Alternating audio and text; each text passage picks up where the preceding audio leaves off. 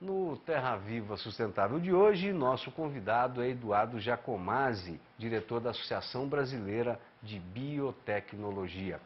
O Eduardo, a gente sabe que essas questões da biotecnologia está muito ligada aí a uma luta, uma guerra, uma disputa mundial aí com relação a patentes, né? Então tem muita planta brasileira que o estrangeiro pegou, tirou um elemento ativo dela ali, transformou em remédio e assinou isso no nome dele e ficou sendo propriedade dele.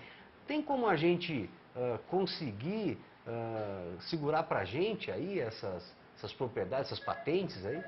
Esse é um desafio da nossa atual geração. Nossa geração agora tem que trabalhar para proteger o meio ambiente, não só evitando o desmatamento, mas também protegendo o que existe dentro dessa biodiversidade, né? A gente sabe de alguns casos como esse que você contou. Existe um trâmite de uma MP de acesso à biodiversidade brasileira, que está em trâmite já há 10 anos, mas que exige uma regulamentação. E como Associação Brasileira de Biotecnologia, a gente defende que para que a gente defenda a nossa biodiversidade, é importante que a gente a conheça. E para conhecê-la, é importante que a gente permita que os nossos cientistas a acessem, né? E com isso possam fazer os estudos necessários para que a gente possa efetivamente proteger isso como uma propriedade da sociedade brasileira. Tá. Daqui a pouco eu quero que você fale mais sobre a Associação Brasileira de Biotecnologia, mas já que você me deu o gancho aí, como é que estão os investimentos em biotecnologia? Vocês estão conseguindo trabalhar, os pesquisadores dessa área, tem verba, falta verba, tem liberdade para trabalhar? Como é que está essa questão? O Brasil vem trabalhando, principalmente o governo federal e os governos estaduais, vem trabalhando muito forte no apoio e incentivo à pesquisa, especialmente dentro de empresas do setor de biotecnologia, né? Você tem a FINEP, que é uma entidade que financia projetos nessa área. Você tem as FAPESP, FAPERJ, as FAPs, né, que a gente chama.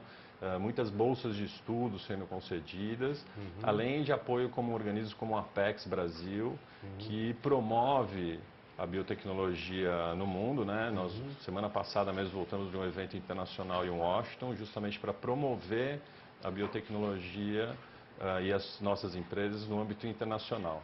Vocês fizeram um mapeamento, né? O que é esse mapeamento da biotecnologia brasileira? O mapeamento é para que a gente entenda quem são, onde elas estão e o que elas estão desenvolvendo, o que essas empresas estão desenvolvendo. Tá. Então, o que nós fizemos foi entender um georreferenciamento, né, de onde essas empresas estão. Quem trabalha com biotecnologia no Brasil? Quem é quem da biotecnologia brasileira. Empresa e também órgãos de pesquisa? E aí, órgãos de pesquisa, nós utilizamos uma base de pesquisa da CAPES e a gente mapeou também os números de alunos que hoje estão estudando nas diversas áreas, genética, biomédicas, agricultura. Você tem esse número? Eu tenho esses números, sim. Quantos?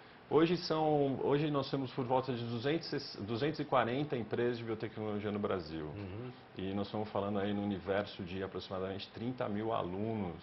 Olha. Nas mais diversas áreas, espalhados por todas as regiões. Isso, 30 mil, assim, é bastante? É bastante, é bastante. Ou deveria ter mais? Tem que ter mais. O Brasil, do tamanho que ele é, a nossa biodiversidade, toda a riqueza que a gente tem para desenvolver e para garantir o futuro, para as futuras gerações, o acesso a esses benefícios que a biotecnologia traz, é importante que, eu costumo falar que a gente estimule os meninos a começar a entender o que está por trás da biotecnologia, se interessarem por esse universo que é fascinante e que, com certeza, a gente tende a ter no futuro grandes cabeças aí, referências internacionais, como a gente já tem na área de genética, como a gente já tem na área de agricultura e na área de saúde. O Dr. Nicoleles lá também, né? O neurocirurgião, né? Neurocirurgião que já começa a fazer uma interface de máquina e biotecnologia, né? A gente fala da sociedade ciborgue, ela está já existindo aí. Né? Já está quase verdade, né? Então a gente começa a ter essas referências. Né? Eduardo, tem muitas famílias que assistem o nosso programa, né? E muita gente que está buscando um caminho aí, está com seus 14, 15 anos de idade, né? Quais as profissões que você acha, assim, que daqui para frente possam ser interessantes aí como opção de faculdade para mexer com biotecnologia? Com certeza a engenharia genética é um campo bem interessante, as biomédicas.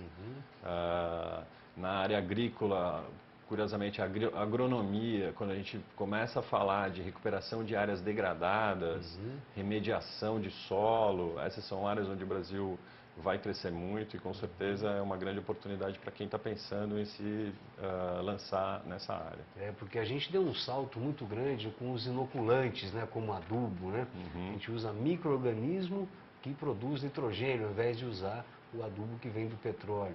Então isso está dando muito certo em algumas culturas aqui no Brasil. Além de economizar dinheiro, tem um resultado enorme para o solo, traz ganhos fantásticos para o solo também. E isso é fruto de investimentos que a CAPES fez em alunos, junto com a Embrapa, desenvolvendo pesquisas para poder trazer esse tipo de produto para a sociedade, para o agricultor de modo geral.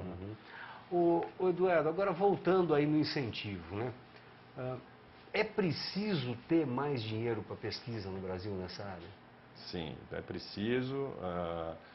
Nos últimos 10 anos o Brasil vem investindo cada vez mais, mas é preciso que a gente incremente ainda mais esses investimentos. Hoje a gente já vê, por exemplo, o BNDES entrando com um apoio já mais efetivo também nesse setor. E é importante também que a gente traga investidores externos para aportar recursos nesse segmento que vai crescer muito no Brasil ainda nos próximos anos. Perfeito. Vamos fazer um rápido intervalo, já já eu volto com o Eduardo falando um pouquinho mais para a gente sobre biotecnologia e sobre a recém-criada Associação Brasileira de Biotecnologia. Já já.